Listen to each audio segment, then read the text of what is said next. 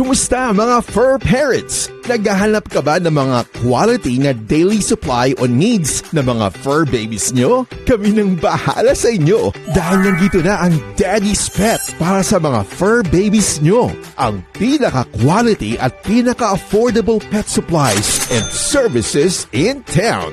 We offer all kinds of pet supplies and all kinds of services like pet grooming, pet boarding, pet rehoming, and many more. And of course, andyan na rin ang pet gifts for your special someone.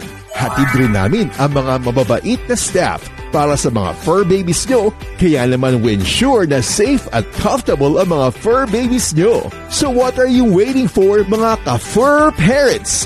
Daddy's Pet. Affordable na presyo para sa mataas na standard na serbisyo. Visit us now! Welcome to Daddy's Pet Talk. Ikaw at ang iyong pet, ang bida rito.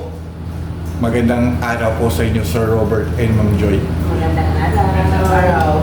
Pwede nyo bang ipakilala sa ating mga kapeto ang inyong pet? Napakilala namin si Akio. 10 months old na siya. By September, mag-1 year old na siya. Mixed breed, Shih Tzu at saka Dachshund ata. Ma'am, paano nyo nakuha yung pangalan ni Akio po? Saan nyo po ma'am Si nakuha? Akio kasi, meron kami isang aso na ang pangalan ay Akira. So, parang binibase namin siya doon sa pangalan ng ate niya na Akira. Tapos since lalaki siya, yung anak ko, actually yung isa, Akira Binis. Tapos siya, since lalaki, gusto namin na close lang din doon sa pangalan ni ate niya. Kaya Akio, siguro Japanese name din siya. Ma'am, ilang months bago napunta sa inyo si Akio po? Wala pang 1 month. Magwa 1 month, parang 20 days dahil binigay siya sa amin dahil yung nanay nung nila is ayaw na sila padidein. So, sabi nung owner, kung pwede kuhanin ko na raw. Actually, hindi ko pa talaga balak naman kasi balak ko siya ibigay sa kapatid ko. Pero sabi niya kasi baka mamatay sa kanila, kawawa naman. So, dinala niya sa trabaho namin, nilagay sa shoebox. Opo. Yun yung pinaglalagyan sa kanya talaga, shoebox. Tapos, maghapon siya nandun. So, yun. Eh, alam nga naman, tagihan ko na nandun na kawawa, di ba? Ma'am, yung nakuha nyo si Akio, syempre po may struggles na tinatawag po eh. Ano yung po yung mga napagdaanan ni Akio at sa inyo po? Kailangan namin siyang i-safety dahil sobrang liit niya. Tapos ang kasama niya sa bahay is nasa 4-year-old na aso din. So baka mamaya kapag kamalang siyang daga, so kailangan namin siya ilagay dun sa malaking box na hindi siya nakikita.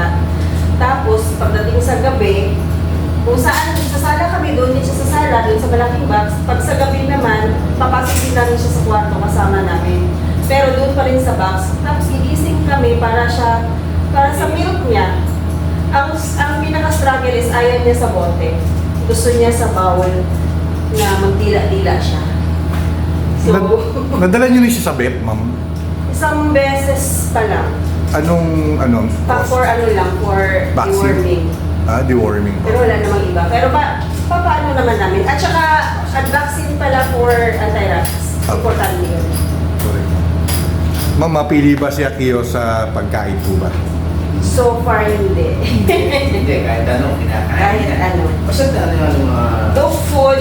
Nang sa amin kasi, kasi doon sa isa, dog food din siya. Pero, pag nagtagal kasi nagsasawa sila eh. So, minsan, kanin. Pero, ang hindi na mawala is yung chicken at saka yung atay. Araw-araw yun. Yun, ma'am. Ma'am, ano po ang ginagawa nyo para makasigurado makakain si Akio, ma'am? Paano? Yung ginagawa para at least makakain siya kasi minsan may tumatambay siya. Subo. Subo talaga yun. Parang bata. Ganun talaga. Correct. At siya kinakausap na parang bata pa rin. Tatawagin na parang bata pa rin. Ma'am, paano niyo po yung binabudget yung pera niyo pagdating sa mga pets niyo na yung mga pangangailangan po nila? Ano? binabudget, ma'am? Actually, wala. Pag naubos, hindi kami nagkukwenta eh. Kasi, doon sa una, simula nasa amin na siya, pag yung sinabi nung may-ari na chicken na kakakain, chicken, hanggang ngayon chicken pa rin. Pero, hindi kami nagbababa ng budget na ngayong araw na to hindi sila pwedeng kumain. Talagang meron. So, hindi namin kinukwenta. Dog food, pag naubos, bili, wala. Kasi, responsibilidad mo yun eh, kinuha ko sila eh. Yes, yan po. Ma'am, may partner na ba ngayon siya po? May partner po siya kasama sa inyo? May kasama siya, mas matanda. Mas maganda. For 19, 20. Magpa 5-year-old na yata. Ano din yun? Yun naman is, hiningi namin siya sa group ng dog lovers. Naghanap kami kasi yung anak ko, umalis yung bantay niya. Tapos na kasama sa bahay. Sabi niya, Mama, baka pwede kahit aso lang kasama ko sa bahay. So yun. Yun naman, may nag-post na taga 20th Avenue. Opo.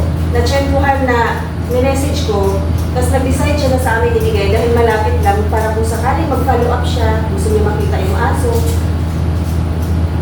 pwedeng dalawin. Which is, pabor din sa amin dahil pag umaalis kami, dahil walang malapit dito na pet boarding eh. Opo. Pag umaalis kami, doon namin siya iniwan din. Ngayon, So, ma'am, alam niyo na, meron na. Ayun, alam na. Daddy's pet lang po yan. Yes. Ma'am, anong favorite bonding nyo pag magkakasama kayong family, ma'am, with your pets po? Si Akio kasi ano siya eh, seloso siya sa kanya. Pag yung isang aso is lalapit sa kanya, sa kabila, dapat nandito din siya sa kabila. Ako po sa'yo. Kasi nangangalapit siya, ihiga na yun hanggat sakop na niya yung lahat, hindi na makalapit yung isa. Nauna na siya. Sir Robert, Ma'am Joy, pag may lakad yung pamilya nyo, sinasama nyo ba sila sa beach, out of town, or sa mga... Kaya naman, malls? actually, kaya nagkarason kami na isa sa rason din kung bakit gusto namin na may sasakyan para madala sila. Opo. Kasi pag hindi, mahirap pag-commute eh, kagaya namin siya, taga Pampanga. Pag aalis kami dati, hindi kami makaalis kasi wala magbanday sa aso. Wala maiwanan sa bahay. Tapos, so, nung time na nag-pandemic, mas mahirap mag-commute. So, yun, after pandemic, isa din sa desisyon na kung bakit may sasakyan Opo. para madala yung mga alaga. Yun, ma'am, napagdaanan niya kayo yung pandemic eh. Ano yung mga bagay-bagay na naging mas nag-bond kayong pamilya? Anong mga ginagawa niyo para maano po yung araw-araw ni Akio? Kumbaga maitawid para kasi alam niyo naman po hindi bawal lumabas po nun eh. Yung isa-isa yun, kasi ito 10 pa lang eh, 10 months. 10 months. Ito, kasi ano eh, iba yung, alam mo yung pagaling kami sa trabaho, nasa trabaho kami araw-araw eh. Actually wala sila kasama sa bahay pag-araw. Although nandyan yung anak ko, pagka after school, uwi sa bahay, so saka lang sila magkakasama. Although siguro mga 3 hours gap. Kasi ako late ako papasok, dumating yung anak ko, mga after 2 hours, yun yung bakante na wala sila kasama sa bahay. Pero pag-uwi kasi namin sa gabi, alam yung pagod kami galing sa labas. Pero ang pinakamasaya na nandun sa bahay na pagdating namin sila, alam mo yung talon na eto, yung talon, mga ganyan kataas. So sobrang saya nila na dumating kami. Bali po, ma'am, si Akira, yung isang... Si Akio. Akio, tas yung isa. Si Akira, ganun din. Si Akira, bali 5 years old na, siya yung 10 months. Si Akira talaga yung nakasagip ng, ng pandemic po. Oo, Yes, siya yes. yung nasa pandemic. Pero eto, dumating. Wala naman kami balak din na magdagdag pa. Opo. Kaya nga eto, dapat sa kapatid ko siya ibibigay. Mapadala ko sa Bohol kasi namatayan siya ng aso. Opo. Ngayon, parang hindi ko makaya eh. Ma'am, sa pamilya po, may tinatawag kasing alpha. Yung pag siya yung na sinusunod ng mga pets, pag nagsalita, pag may pinagawa, sino sa pamilya niyo yung alpha? Sir Robert? Actually, yung isa namin si Akira, yun, malambing din yun. Yun, pag tinanong ko sa regard sa pagkain, Ayun ang sumasagot. sumasagot talaga siya. Mamaya, sa susunod, nadali Meron kami mga ano din, mga video, pwede namin siya. Sumasagot talaga siya. Siya yung sumasagot. Yes, Pag magugulat. tinatanong, Yes. nagugutom ka ba? Aw-aw? Gusto mo to? Galing naman. Ito hindi pa. Tinuturuan namin pero hindi pa masyado. Kinukulit-kulit ko, kinakausap ko kahit medyo tingin mo, wala lang, pero hindi eh, kailangan eh. Pero ang sarap talaga pag galing sa work mo, tapos sasalukan siya ng ano, talon-talon, napakasarap. Yung pag in-stress mo maghapon, halos mawawala eh, dahil sa dalawa. Super lovely talaga. Talaga mga stress relievers. Yes, ano siya, baga stressful, ano talaga, tagal talaga yung stress mo, yes. Sir Robert, Ma'am Joy, yung pagdating na lang po ni Akiro, ano yung mga nabago sa buhay niyo simula nang dumating siya? Hindi na kami masyadong lumalabas muna. Kasi di ba, hindi pa siya, lalo na nung wala pa siyang vaccine for anti-rabies. Siyempre, iniwasan din namin na ano. Tsaka nung baby pa siya, nung baby talaga siya na up to siguro early this year, hindi kami masyadong lumalabas kasi ayaw namin siya mahawaan. Ay, hindi siya sanay sa tao muna kasi hindi ko siya nilalabas dahil wala pa siya masyadong defense sa katawan kasi wala pa siya magano'ng injection yung mga alam mo na, yung isa kasi kompleto na siya eh, parang ano na lang siya every year eh, anong tawag, booster na lang siya. Apo. So ito kasi hindi pa namin siya ganun na start, unti-unti pa lang kasi alam, medyo mahal din. Ma'am, 10 months na po si Akiro. 5 to 10 years from now, 6 months or 11, 6 years or 11 years old na siya. Itong interview natin po, ang tawag po rin ay for keeps. Ito yung mapapanood nyo po to, whatever happens po, mapapanood nyo to kahit araw-araw, gusto yung makita or manood with Akiro. Anong message nyo po kay Akiro? Naku, walang iwanan ako yun. No, bigib ko lagi, no, lab-lab ko pa rin Sa Paano dito sa papa si mama, sige lang, babasag kaya namin. Go lang. Ina-address namin sila as anak, mama, papa, Yes. ate. Kasi, Dalawa ate niya, anak namin isa, tapos yung aso isa, ate yun. Basta yun yung address namin sa bahay. Bunso. ano talaga, parang tao na rin talaga po. Pag umuwi ko ng Pampanga, sa araw na kami, kumailabas sila yung ni Akira, ano ba? Bago kami umaalis sa dito. Nami-miss talaga. O dati, pag umuwi kami ng Pampanga, umuwi kami 2 araw, nung wala pa kami alaga. Pero ngayon, hindi namin sila nabibitbit. Ang nangyayari, umuwi na lang kami sa umaga. Lalo na ngayon, na may maliit, maaga na lang kami umuwi, which is dapat tapos na sila kumain, pero uuwi din kami paggabi. Kailangan talaga, Kasi maminis talaga na namin. may Hindi parang, feeling mo yung ano, hindi kompleto yung araw mo kung hindi mo siya nababanti, na pag natutulog kami. Katabi Kasi namin katabi namin natulog. Katabi namin. Kaya kami dun sa higaan, kaya nag-double deck na kami kasi hindi na kami kasya. Katabi namin. Kasi noong una, kaming 3 lang, anak ko babae.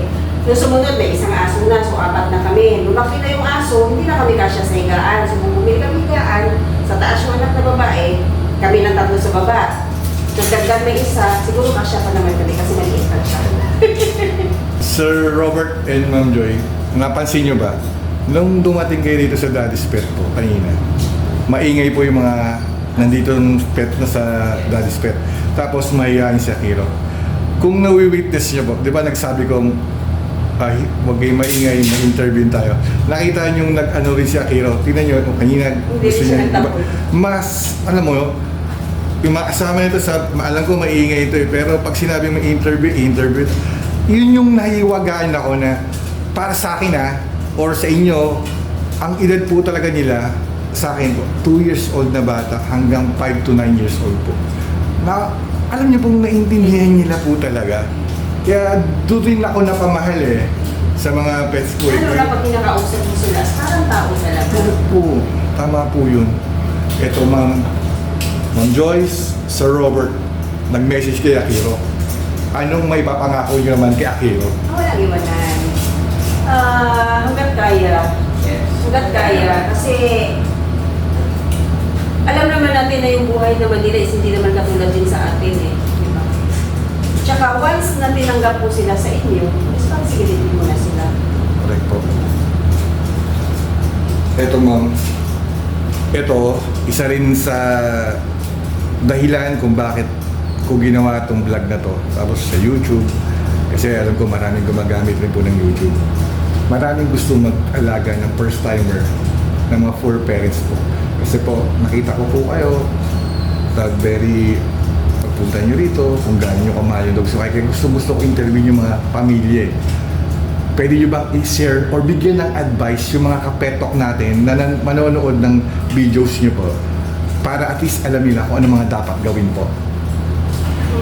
Para sa akin, pag nag-pet ka, either cat or dog or kahit ano man dyan, responsibilidad mo na sila na mabuhay. So siguro, hindi lang siya yung dekorasyon mo lang sa inyo na kumbaga paglalabas ka, bitbit mo siya, nandun yung ang tawag doon, isama mo siya sa family mo, parang ganon. Una, ang pinaka-importante sa kanya, yun nga, hindi lang naman siya alaga. Hindi lang din siya yung pakakainin mo lang din. Pero nandun din yung health. Kumbaga, pag nag-alaga ka ng aso kasi marami kang responsibility din Yun, yung mga vaccine. Kahit kung kaya naman na ikumpleto, mas maganda. Kasi para din yun sa kanila. Ito, hindi pa pero balak din namin siya na Opo. kasi wala naman kaming balak na i-breed siya. Actually, yung babae namin, hindi ko siya napakapon, pero ayaw din naman niya paanakin. Kasi pag nagpaanak, kukuha ulit kami magbabantay daw kasi wala naman kami kasama sa bahay. Yun po bali, Responsibility, up to the end. Halimbawa kung anong mangyari sa kanya, huwag naman na pag namatay, ilagay mo lang sa box, ipadala mo na lang doon sa nagpipikas ng basura. Bigyan ng, diba? Kung kaya ng isang ba, kahit hanggang kaya mo, diba? Kasi, pamilya mo na sila gaano kasakit. Pero kung talagang wala na, maayos na, diba? Hindi yung kadalasan, minsan nakikita ko, nandyan sa kalsada lang na, tsaka pag tumanda na, yung iba ina-abandon na, pinapapick up na sa dog pound kasi hindi na nila maalagaan. Sana iniisip nila nung una, di ba? correct po, ma'am. Ma'am, ako po'y nagpapasalamat. Taas ang kamay ko sa inyong dalawa po kung gaano niyo po kamahal si Akio po. Dito sa Daddy's Pet Talk, ma'am, maraming salamat po. Godspeed always po. Ma'am, may shoutout po ba kayo para sa mga manonood? Baka may mga manonood sa inyo po. Yeah, wala. Salamat din, nakilala din namin po. Sana sa mga kung sakali. Dala kayo dito. Ngayon, tawag dito. Sa pag-aalaga, kailangan din na samahan na yun. Tsaga. Tsaga, haba na pasensya, dahil ilang tsinelas ang ngangat-ngatin nila, lalo na kung baby ka. Ilang kable ng cellphone ang pupulbusin nila. Ilang sapatos ang masisira sa kanila. Talagang ang haba na pasensya mo kasi pag pinalo mo, hindi mo rin mapalo-palo. Correct. Kaya minsan baligtad na, mga sapatos mo na nakahangir kasi may mga kami, minsan hindi na kami nagchichinela sa loob kasi may aso, ngangat-ngatin, kami na mag-adjust. Correct, ma'am. Ma'am, sa mga manonood ng Daddy's Pet Talk, please like, share, and subscribe kung nagustuhan niyo po yung interview natin kay Akio. Baka kayo naman sa susunod na ma-interview natin dito sa Daddy's Pet Talk. Ma'am, last message Sir Robert and Ma'am Joy. Last message po, baka meron pa kayong sasabihin. Basta dito. Ako yung first time namin na dito nakita namin siya sa GC, sa Facebook. Ako ang una ng umaga, tapos yung kapitbahay namin, nag-screenshot din siya, may message sa akin, ate, sabi na, may mura na doon, at saka may pit boarding din sila. Sabi ko, oo nga sabi ko gano'n bala ko. So ayan, pinaka-best siguro yun, grooming kasi minsan mahirap makupit ng kuko tsaka ayun, affordable siya. Ako nga ulit. Tapos pet boarding, sana tuloy-tuloy kasi syempre umaalis-alis tayo lalo na kung malayo, hindi naman kaya ibit-bit yung Correct. ating alaga. Dito. Kaya ang unang tanong mo talaga is kung may tao ba sa gabi kasi hindi namin siya maiwanan na walang kasama. Dahil sa pagmamahal natin ng pet. Ito si Chichay, ma'am, 11 days dito. Second day niya lang po rito. Pumunta ng Japan po yung poor parents po niya. Kung kagaya niya, hindi pa bibig, di ba?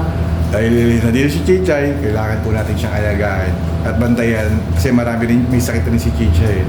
Kumbaga, in-advise din po sa akin ng kanyang poor parents na gito yung gagawin. Ginagawa ko po yun, sinasabay ko kay Survivor po. Ma'am, kaya rin naman ako po ginawa to. Alam niyo naman yung malalaman niyo to sa masusunod na mga videos. Dahil gusto kong makatulong sa pet community. Dahil alam kong hindi rin po biro pag ang mga budget po. Kaya hanggat kaya nating i-adjust yung mga sa pet boarding or sa grooming, gagawin natin po para makatulong po. Dahil mas dumarami na po ang mga nag-aalaga ngayon. Diba po? Mas marami. Marami na po.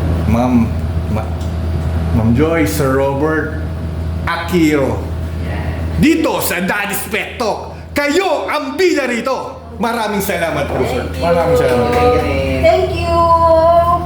Bye. Thank you.